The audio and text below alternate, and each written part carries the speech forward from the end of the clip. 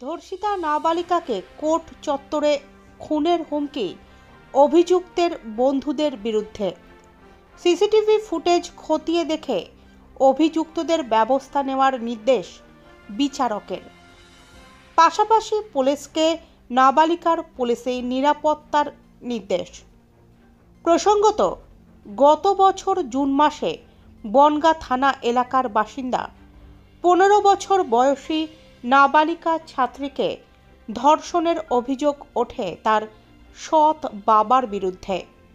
অভিযোগ, মায়ের দ্বিতীয় পক্ষের স্বামী প্রলোভন দেখিয়ে গোপালনগর থানা এলাকার একটি ভাড়া বাড়িতে নিয়ে গিয়ে নবম শ্রেণীর ওই নাবালিকা ছাত্রীকে ধর্ষণ করে। এই মর্মে গোপালনগর থানায় অভিযোগ দায়ের করা হয় অভিযুক্ত জাকির মণ্ডলের বিরুদ্ধে। এরপর থেকে অভিযুক্ত জাকির মণ্ডল জেল হেফাজতে আছে। শনিবার এই ঘটনার প্রথম সাক্ষী দানের দিন ছিল। সেই মতো আদালতে উপস্থিত হয় নাবালিকা ও তার মা। বনগাঁ মহকুমা আদালতের আইনজীবী সমীর দাসের দাবি, ধমকি দেওয়া হয়েছে ওর আজকে প্রথম সাক্ষী শুরু ভিকটিম গার্ল সাক্ষী দিতে এসে যার সব ঘটনা তার আগে আমাদের কাছে বলেছে, পরে কোর্টেও সে হাওয়াও করে কাঁদছে, ঘটনা কিছু বলছে না। তখন জিজ্ঞাসা করলাম কি হয়েছে, কোনো কথাই বলছে না। তখন ওখান থেকে ম্যাজিস্ট্রেট বলল, দেখুন কি ব্যাপারটা হয়েছে জজ সাহেব। তখন ওকে বাইরে এনে জানা গেল যে ওই আসামির বন্ধু, দুজন বন্ধু এসেছিল, সেই বন্ধু দুজন থ্রেট দিয়েছে যে তুই যদি বলিস তোর মাকে এবং তোকে কেটে ফেলে দেবো। সেই জন্য সে ভয় পেয়ে আর কিছু বলতে চাইছে না। অভিযোগ হচ্ছে যে এই মেয়েটার বাড়ি ভাসানপোতায়। এর মা আগে একটা বিয়ে করেছিল, সেখান থেকে ছাড়াছাড়ি হয়ে যাওয়ার পরে তার দুটো মেয়ে, এবং পরবর্তীকালে সেই আসামির সঙ্গে বিয়ে হয়। আসামির সঙ্গে বিয়ে হওয়ার পরে তারই ঔরসে আরও দুটো ছোট ছোট বাচ্চা মেয়ে আছে তাদের। আর বড় মেয়েটার বয়স 15 বছর, এই স্কুলের 9-এ পড়ে, ভাসানপোতা স্কুলে।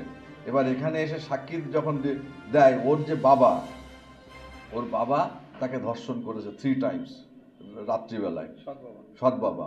এবং যে অভিযোগটা ছিল কেসের মধ্যে, যে ও গেছিল সেদিনকে ওর দিদিমার কাছে গুমা হাবড়ায়, সেখানে যে ওখান থেকে একটা ফ্যান নিয়ে আসছিল বাড়িতে।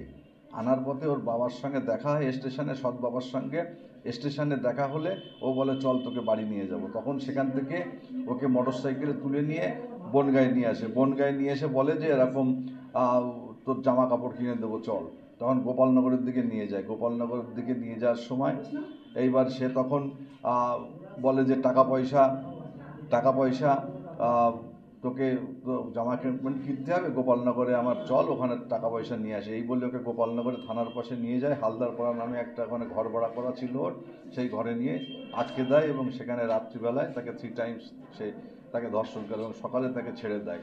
ও এসে পরের দিন ওর মাকে সব ঘটনা বলে এবং মা এসে গোপালনগর থানায় অভিযোগটা করে, যেহেতু ঘটনাটা গোপালনগর থানায়।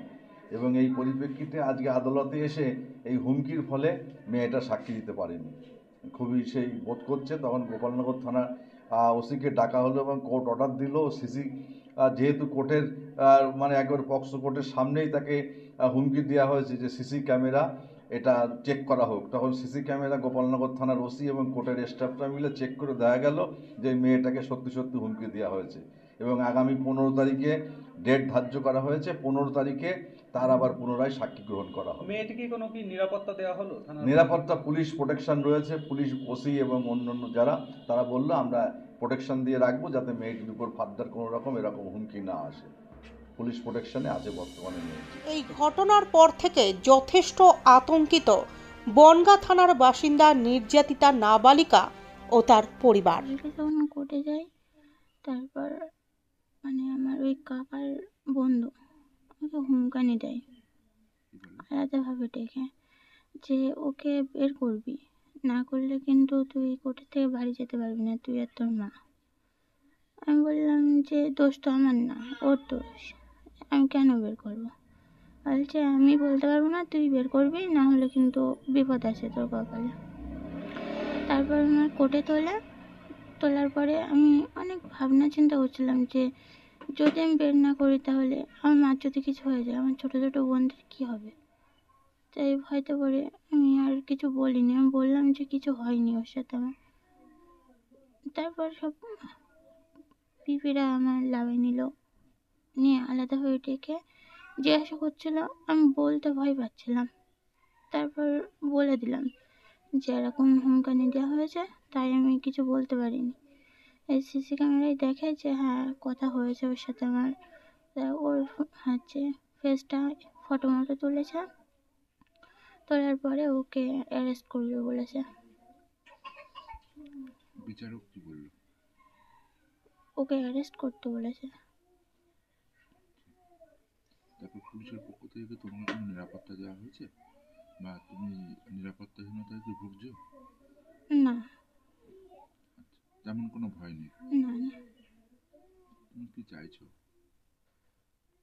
ওর শাস্তি হোক, বড় ধরনের শাস্তি। যারা তোমাকে হুমকি দিয়েছে তুমি কি তাদের নাম জানো? না, কারোর নাম জানো না? না। আর যে এই ঘটনা তোমার সাথে ঘটিয়েছিল জুন মাসে, তার নামটা কি মনে আছে? জাকির মণ্ডল।